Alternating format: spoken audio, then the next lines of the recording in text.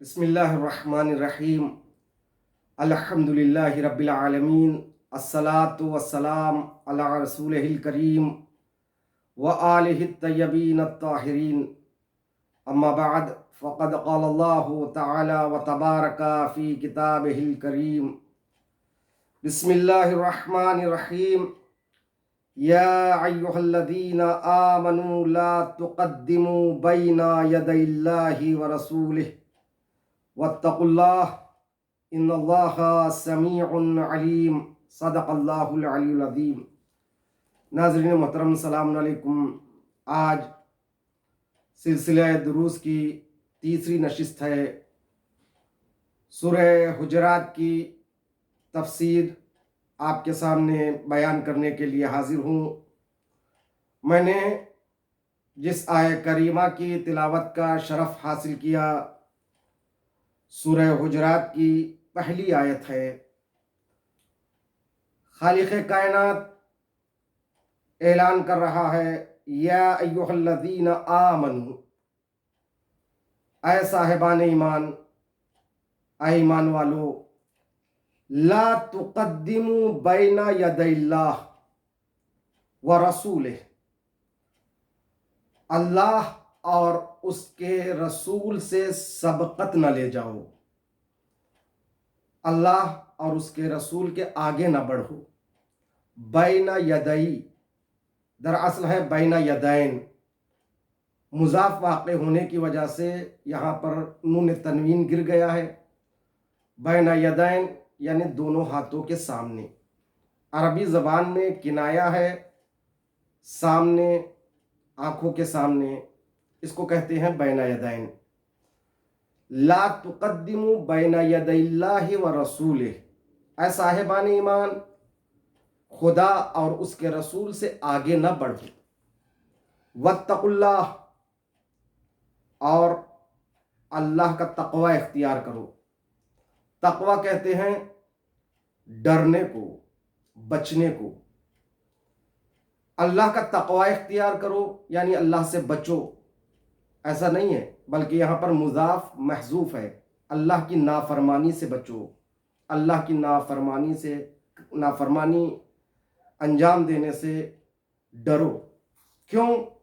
ان اللہ سمیع علیم، یقیناً اللہ سمیع ہے اور علیم ہے۔ سمیع مبالغہ ہے، یعنی وہ ہر بات کا سننے والا ہے اور وہ ہر بات کا جاننے والا ہے۔ عزیزان محترم، یہ تھا اس آیہ کریمہ کا ترجمہ۔ یہاں پر گفتگو آگے بڑھانے سے پہلے یہ بیان کرنا ضروری سمجھتا ہوں، قرآن کریم کی جتنی آیتیں ہیں یا سورے ہیں وہ دو طرح کے ہیں، یا ابتدائی ہے یا کسی سبب نزول کے ہمراہ ہیں۔ ابتدائی کا مطلب یہ ہے کہ کسی سبب خاص کی بنا پر، بغیر کسی سبب کے، پروردگار عالم مومنین کی ہدایت کے لیے، ان کی ارشاد کے لیے، ان تک حکم کو پہنچانے کے لیے، بغیر کسی واقعے کے وجود میں آنے کے وہ حکم دیتا ہے۔ اے ایمان لانے والو، نماز قائم کرو، زکوٰۃ دو، اس طرح کے جتنے، یا ایھا الذین آمنوا وعملوا الصالحات، اے ایمان لانے والو اعمال صالحہ انجام دو۔ اس طرح کی آیات یہ ابتدائی ہے۔ ابتدائی کا مطلب یہ ہے کہ کسی واقعے کے پس منظر میں یہ آیات نہیں ہیں، یا کوئی ایسا حادثہ یا واقعہ رونما ہوا ہے جس کی بنا پر پروردگار عالم نے رسول اسلام پر اس آیت کو، اس سورے کو نازل کیا، ایسا نہیں ہے، بلکہ یہ ابتدائی ہے۔ اس کو کہتے ہیں آیات ابتدائی۔ کچھ آیتیں یا کچھ سورے ایسی ہیں کہ رسول اسلام کے زمانے میں کچھ ایسے واقعات رونما ہوئے، یا کچھ ایسی باتیں ہوئی ہیں، یا کسی نے کچھ سوال کیا ہے، اس کے پس منظر میں، اس کی بنا پر پروردگار عالم نے ان آیتوں کو نازل کیا ہے یا کسی سورے کو نازل کیا ہے۔ تو ایسے سورے، ایسی آیتیں ان کے لیے شان نزول یا سبب نزول ہوا کرتی ہیں۔ شان نزول اور سبب نزول کا مطلب یہی ہے کہ کوئی آیت نازل ہوئی کسی واقعے کے ضمن میں، کسی حادثے کے ضمن میں، یا کوئی بات ایسی ہوئی ہے اس کی وجہ سے یہ آیت نازل ہوئی ہے، وہ واقعہ اس آیت کے لیے سبب نزول کی حیثیت رکھتا ہے۔ اسی کو شان نزول بھی کہتے ہیں، اسی کو سبب نزول بھی کہتے ہیں۔ علماء علوم قرآن نے اختلاف بھی کیا ہے کہ شان نزول الگ ہے، سبب نزول الگ کہتے ہیں، مگر بہت نے یہ بھی کہا کہ شان نزول اور سبب نزول ایک ہی ہے۔ مجھے اس بحث میں پڑھنا نہیں ہے۔ تو عزیزان محترم، اب یہاں پر اس آیہ کریمہ کی شان نزول کیا ہے؟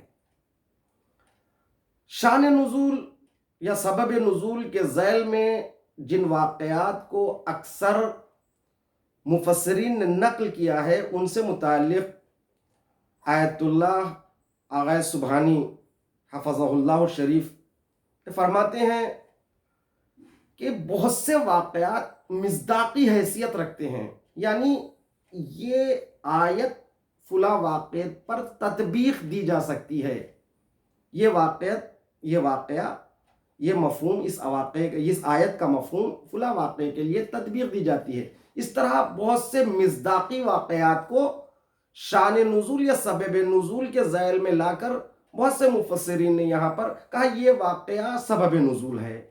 اس طرح کی کئی واقعات کو نقل کر دیا ہے۔ اور صاحب المیزان علامہ محمد حسین طباطبائی رحمۃ اللہ علیہ اپنی تفسیری کتاب تفسیر المیزان میں فرماتے ہیں کہ اکثر سبب نزول سے متعلق جو واقعات اور جو داستان نقل ہوئی ہے وہ قابل بررسی ہے، وہ تفحص کے قابل ہے، اس میں چھان بین کی ضرورت ہے، کیونکہ واقعہ بعد میں پیش آیا، یہ سورہ یہ آیت بہت پہلے نازل ہوا، تو مفسرین نے اس واقعے کو اس سے جوائنٹ دے کر کہا یہ اس کے لیے ہی یہ سورہ نازل ہوا، یہ آیت نازل ہوئی۔ ایسے بہت سے واقعات کو تفسیری کتابوں میں مفسرین نے جمع کر دیا ہے۔ اور اسی طرح یہاں پر بھی پروردگار عالم یہ اعلان کر رہا ہے، اے صاحبان ایمان، میں نے عرض کیا کہ یا ایھا الذین آمنو اس سورے میں 5 مرتبہ پروردگار عالم نے صاحبان ایمان سے خطاب کیا ہے۔ اس کی وجہ یہ ہے کہ 5 خطاب ایک استقلالی حیثیت رکھتے ہیں، الگ الگ خطاب ہیں، الگ الگ حکم ہیں، لہٰذا ہر آیت سے پہلے اللہ نے صاحبان ایمان کو خطاب کرتے ہوئے کہا یا ایھا الذین آمنو، اے صاحبان ایمان۔ اس پہلی آیت میں حکم یہ ہے لا تقدموا بین یدی اللہ ورسولہ، دیکھو تم اللہ اور اس کے رسول کے آگے نہ بڑھو۔ اب کن چیزوں میں آگے نہ بڑھیں؟ حکم میں، فعل میں اور عمل میں، کسی بھی چیز میں رسول اور اللہ کے آگے نہیں بڑھنا چاہیے۔ کیوں؟ اس لیے کہ پروردگار عالم خالق کائنات ہے، وہ زمین و آسمان کا پیدا کرنے والا ہے اور تمام عالم ہستی کا پروردگار ہے۔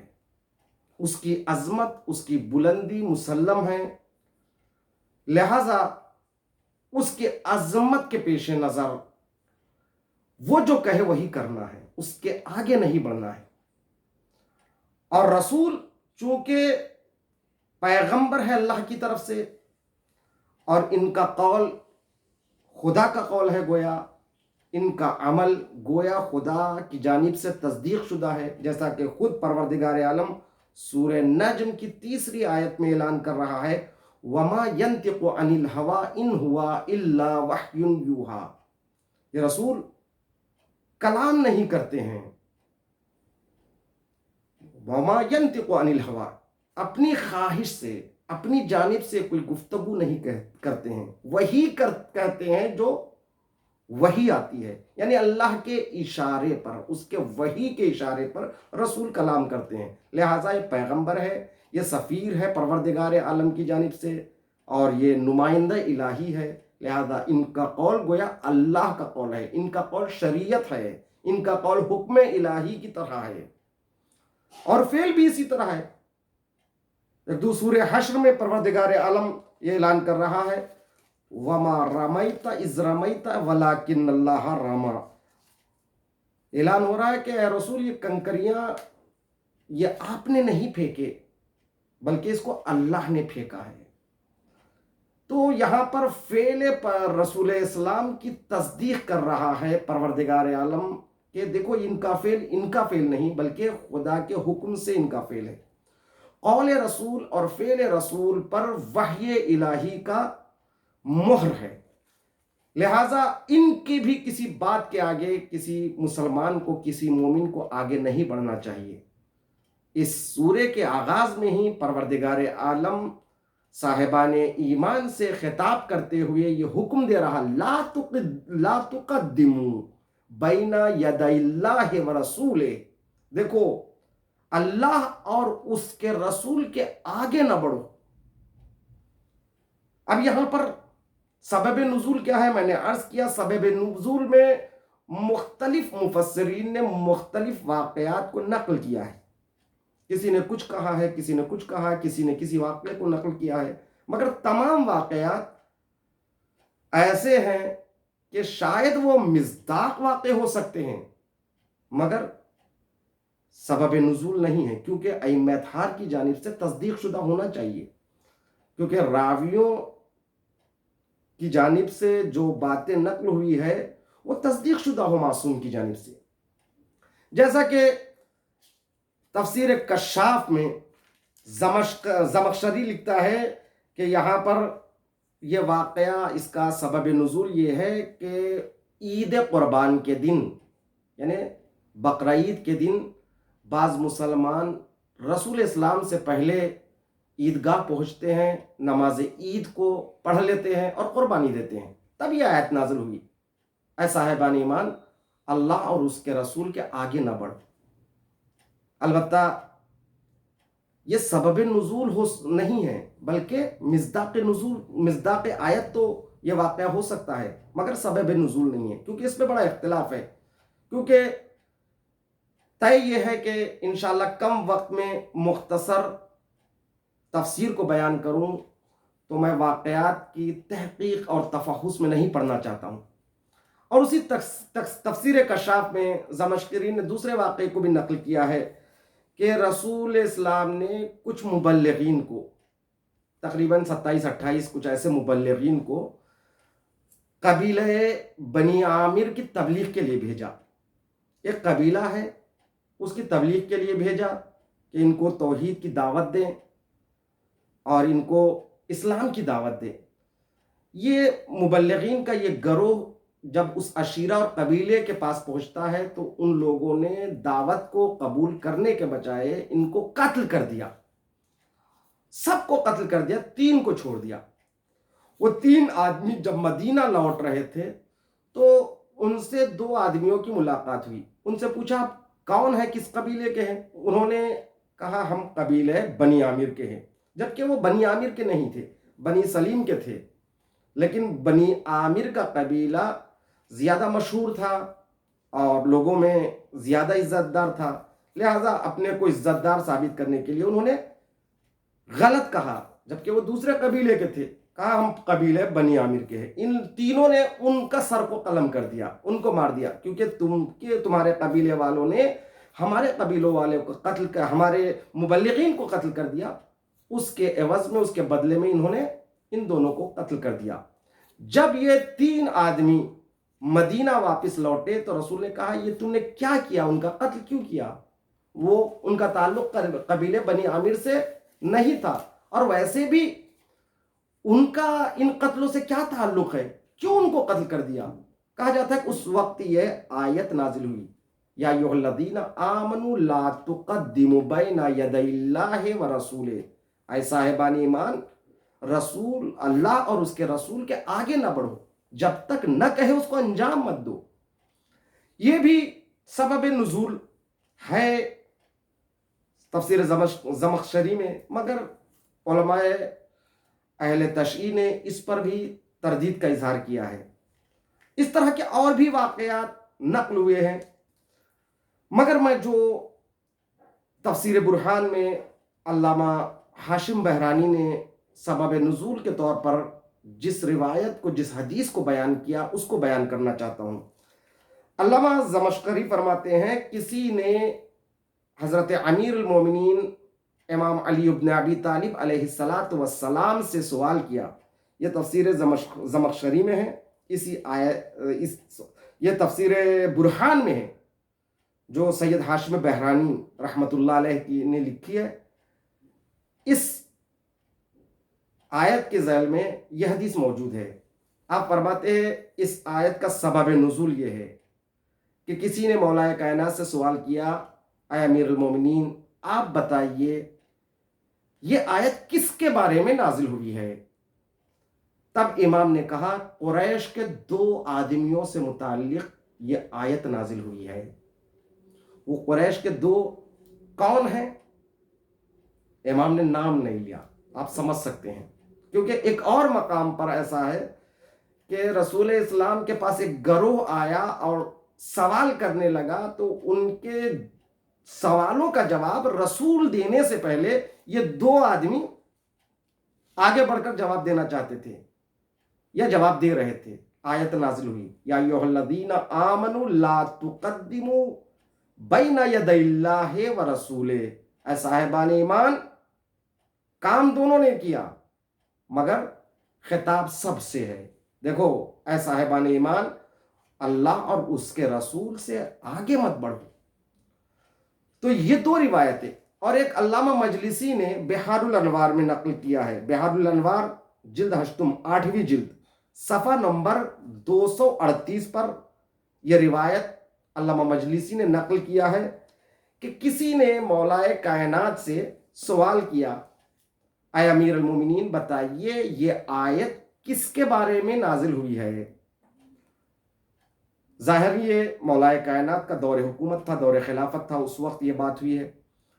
تو مولا کائنات نے سوال کرنے والے سے پوچھا، کیا تم لوگوں کو میرے خلاف بہکانا چاہتے ہو یا میرے خلاف ورغلانا چاہتے ہو؟ آپ جانیے مولا کائنات جواب دینے کے بجائے کیا کہنا چاہ رہے ہیں۔ یعنی کسی ایسی شخصیت یا کچھ ایسے لوگوں سے متعلق یہ آیت ہے کہ اس زمانے میں مولا کائنات کھل کر نام بھی نہیں لے سکتے تھے۔ اس سے سمجھ سکتے ہیں آپ یہ آیت کن لوگوں سے متعلق ہے۔ مولا نے کہا، مولا نے فرمایا، کیا تم لوگوں کو میرے خلاف ورغلانا چاہتے ہو؟ تو راوی کہتا، نہیں آقا، نہیں امیر المومنین، میں جاننا چاہتا ہوں صدقے دل سے یہ آیت آخر کس کے بارے میں نازل ہوئی؟ تو امام نے 2-3 مرتبہ کہا، بیٹھ جاؤ بیٹھ جاؤ۔ اس کا اصرار بڑھا، واقعاً وہ آیت کے مصداق کو، یعنی کس کے بارے میں یہ آیت نازل ہوئی جاننا چاہتا ہے۔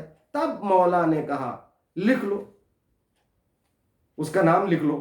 مولا نے فرمایا، عامر لکھو، معمر لکھو، معتمر لکھو، عمر لکھو اور انبار لکھو۔ 5 نام لکھا ہے۔ عامر لکھو، معمر لکھو، معتمر لکھو، عمار لکھو، عمر لکھو۔ یہ 5 نام لینے کے بعد مولا کائنات فرماتے ہیں ان 5 میں سے ایک کے بارے میں۔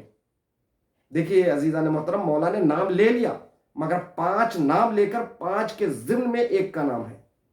اس سے اندازہ لگا سکتے ہیں حالات مولا کائنات کے لیے کس طرح کے تھے۔ وہاں پر تفسیر بھی کھل کر مولا بیان نہیں کر سکتے تھے، یعنی کون سی آیت کس کے قدح میں، کس کی مذمت میں نازل ہوئی ہے، یہ کھل کر بیان نہیں کر سکتے تھے اس زمانے میں بھی۔ تو بہرحال یہ شان نزول سے متعلق یا سبب نزول کے متعلق باتیں ہیں، مگر آیت اس دور میں اس واقعے سے متعلق ضرور ہے، مگر آج بھی ہمارے لیے آیت ہے۔ یا ایھا الذین آمنوا لا تقدموا بین یدی اللہ ورسولہ، اے صاحبان ایمان آگے نہ بڑھو اللہ اور اس کے رسول سے۔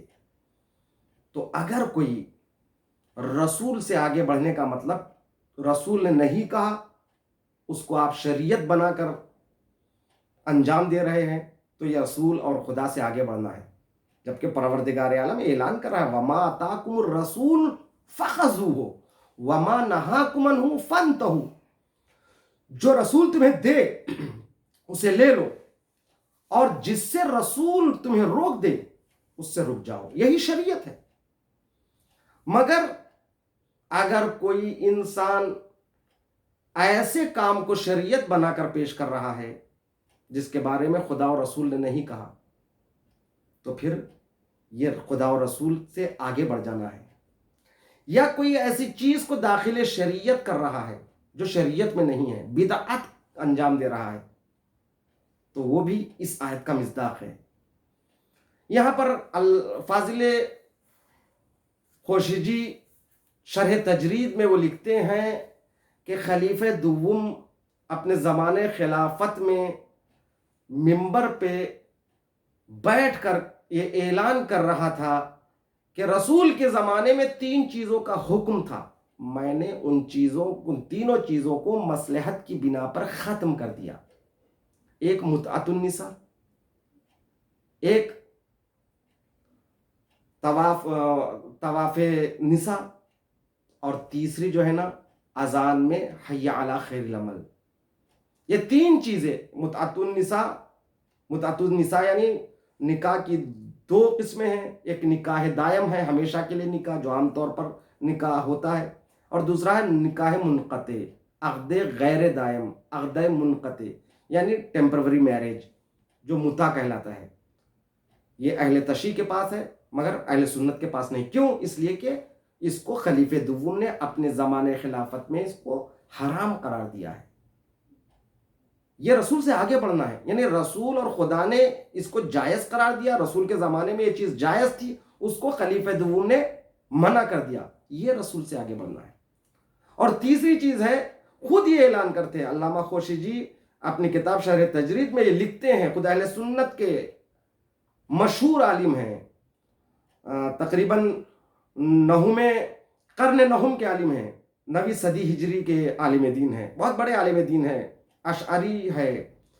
یہ لکھتے ہیں تیسری چیز ہے حی علی خیر العمل، حی علی خیر العمل۔ وجہ بھی یہ بتایا خلیفہ دوم نے، چونکہ اس زمانے میں لوگ جہاد کے لیے نہیں جاتے تھے بلکہ یہ کہتے کہ حی علی بہترین عمل نماز ہے، ہم جہاد کو کیوں جائیں جب بہترین عمل نماز ہے، اس لیے جو ہے نا وہ جہاد کو جانے سے رک کر نماز کے لیے کھڑے ہو جاتے تھے، کیونکہ حی علی خیر العمل، خیر عمل نماز ہے، اس لیے میں نے اس کو اذانوں سے اقامت سے ہٹا دیا۔ حقیقت یہ ہے کہ ہٹایا اس لیے نہیں، ہٹایا اس لیے کہ حی علی خیر العمل یہ غدیری نعرہ ہے۔ جب غدیر قم میں آئے بلغ کے نازل ہونے کے بعد رسول اسلام نے یہ فرمایا سلمان سے، بلال سے لوگوں کو بلاؤ، جو سامنے چلے گئے تھے ان کو بلاؤ، تو جناب سلمان اور جناب بلال نے اسی ندا کے ساتھ لوگوں کو دعوت دی، حی علی خیر العمل، حی علی خیر العمل، خیر عمل کی طرف آؤ۔ تو عزیزان محترم، وہ عمل خیر عمل ہے جس میں ولایت ہو، تو یہ حی علی خیر العمل کو اذانوں سے، اقامت سے نکالنے کی اصل وجہ یہ ہے۔ تو خود اہل سنت کے معتبر اور باعظمت بزرگ عالم نے خود اعتراف کیا کہ خلیفہ دوم نے ان 3 چیزوں کو منع کر دیا، جبکہ یہ 3 چیزیں رسول کے زمانے میں موجود تھی، ان کا حکم تھا۔ اس کو کہتے ہیں رسول اور خدا پر سبقت لے جانا، جس کی ممانعت، جس کو منع کر رہا ہے پروردگار عالم سورہ حجرات کی پہلی آیت میں، یا ایھا الذین آمنوا لا تقدموا بین یدی اللہ ورسولہ۔ تو عزیزان محترم، یہی نہیں حی علی خیر العمل کو نکالا اور پھر اس کے بعد اذان صبح میں ایک اور فقرے کو اضافہ کر دیا، وہ ہے الصلاۃ خیر من النوم، جبکہ یہ فقرہ رسول کے زمانے میں نہیں تھا اذان کا حصہ۔ یہ فقرہ جبکہ خلیفہ اول کے زمانے میں بھی اذان اور اقامت کا حصہ نہیں تھا، لیکن بعد میں انہیں اس لفظ کو، اس فقرے کو بڑھایا۔ یہ بدعت ہے، یعنی جو چیز شریعت میں نہیں ہے اس کو شریعت میں داخل کرنا بدعت ہے، جو چیز شریعت میں ہے اس کو شریعت سے باہر کرنا بھی بدعت ہے۔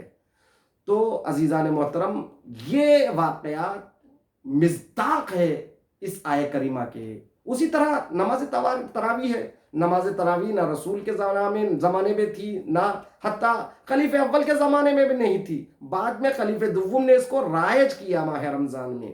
تو نماز تراویح بھی ایک بدعت ہے۔ پروردگار عالم یہ اعلان کر رہا ہے اسی کی جانب، اے ایمان لانے والو، خدا اور اس کے رسول پر تقدم اور سبقت نہ لے جاؤ، یعنی ان سے آگے بڑھ کر فیصلے نہ سناؤ۔ اگر پروردگار عالم نے نماز صبح کو واجب قرار دیا اور رسول نے بیان کیا کہ صبح کی نماز 2 رکعت ہے، کسی نے کہا کہ میں اللہ سے بہت زیادہ پیار کرتا ہوں، میں صبح کی نماز 4 رکعت پڑھ لوں گا، تو کیا وہ نماز صحیح ہے؟ صحیح نہیں ہے۔ کیوں نہیں؟ جتنا رسول نے کہا اس سے آگے بڑھ جانا ہے، یہ صحیح نہیں ہے۔ تو جتنا اللہ اور اس کے رسول نے بیان کیا ہے اتنا ہی انجام دینا ہے، اس سے آگے نہیں بڑھنا ہے۔ اسی لیے آج تک نہیں بلکہ قیامت تک کے لیے ہمارے لیے آیت مشعل راہ ہے۔ پروردگار عالم یہ اعلان کر رہا ہے، ایمان لانے والو، خدا اور اس کے رسول سے سبقت نہ لے جاؤ، اس کے آگے نہ بڑھو۔ کیوں؟ واتقوا اللہ، اور اس کا تقوی اختیار کرو۔ تقوی کہتے ہیں بچنا، تقوی یعنی ڈرنا۔ کس سے ڈرنا؟ اللہ کی معصیت سے ڈرو، اللہ کی معصیت اور نافرمانی سے ڈرو، بچو، پرہیز کرو۔ تقوی اس کے اصطلاحی معنی ہے، مفردات القرآن میں راغب اصفہانی لکھتا ہے کہ حفظ النفس اما یوسم۔ تقوی کہتے ہیں نفس کو بچا لینا ان چیزوں سے جو گناہ ہے۔ گناہ 2 چیزوں میں ہے، واجبات کو چھوڑنا گناہ ہے، حرام چیزوں کو کرنا گناہ ہے۔ تو عزیزان محترم، اگر تقوی اختیار کرنا ہے تو ایک راستہ ہے، وہ کیا ہے؟ واجبات پر عمل کرتے رہو اور حرام چیزوں سے اپنے نفس کو، اپنے آپ کو بچاتے رہو۔ تو واجب وہی ہے جو خدا و رسول بیان کرے، لازم قرار دے، واجب ہے۔ حرام وہ ہے جس سے خدا و رسول نے آپ کو ہمیں منع کیا ہے، وہ حرام ہے۔ تو آیت کا یہ حصہ پہلی والی حصے سے بالکل مرتبط ہے۔ خدا و رسول سے آگے نہ بڑھو، تقوی اختیار کرو، یعنی جتنا خدا نے کہا ہے، رسول نے کہا ہے، اتنا ہی کہو۔ اور یہ دونوں چیزیں، یہاں پر 2 چیزیں ہیں، ایک ہے نہی تقدم ہے، یعنی آگے بڑھنے سے منع کیا، دوسرے امر بالتقوی ہے، تقوی اختیار کرنے کا حکم ہے۔ یہ 2 چیزوں کی علت کیا ہے؟ یہ دونوں چیزوں کی علت یہی ہے کہ اللہ، ان اللہ سمیع علیم، پروردگار عالم سمیع ہے اور علیم ہے۔ یہ علت ہے یہ دونوں چیزوں کی، نہی از تقدم، امر بتقوی، یہ 2 چیزیں ہیں، یعنی خدا و رسول کے آگے بڑھنے سے، ان کے آگے کوئی کام انجام دینے سے پرہیز کرو، ان سے مقدم نہ ہو، تقدم اختیار مت کرو، اور اللہ کا تقوی اختیار کرو۔ یہ نہیں از تقدم، امر بتقوی۔ علت یہ ہے کہ دیکھو، اللہ، بے شک اللہ سمیع ہے اور علیم ہے۔ سمیع یعنی وہ ہر بات کو سنتا ہے، یہ مبالغہ ہے، اور علیم بھی مبالغہ ہے، وہ ہر چیز کو جانتا ہے۔ لہذا کوئی خیال بھی ایسا نہ کرنا، کوئی عقیدہ بھی ایسا نہ رکھنا جو خدا و رسول نے بتایا ہے اس کے برخلاف ہو۔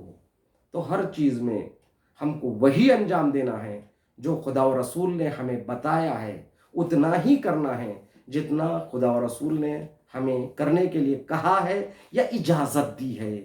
جس چیز کو منع کیا ہے شریعت میں اس کو انجام مت دو، اور جس چیز کو کرنے کے لیے کہا ہے اس سے پیچھے نہ ہٹو۔ والسلام ورحمۃ اللہ وبرکاتہ۔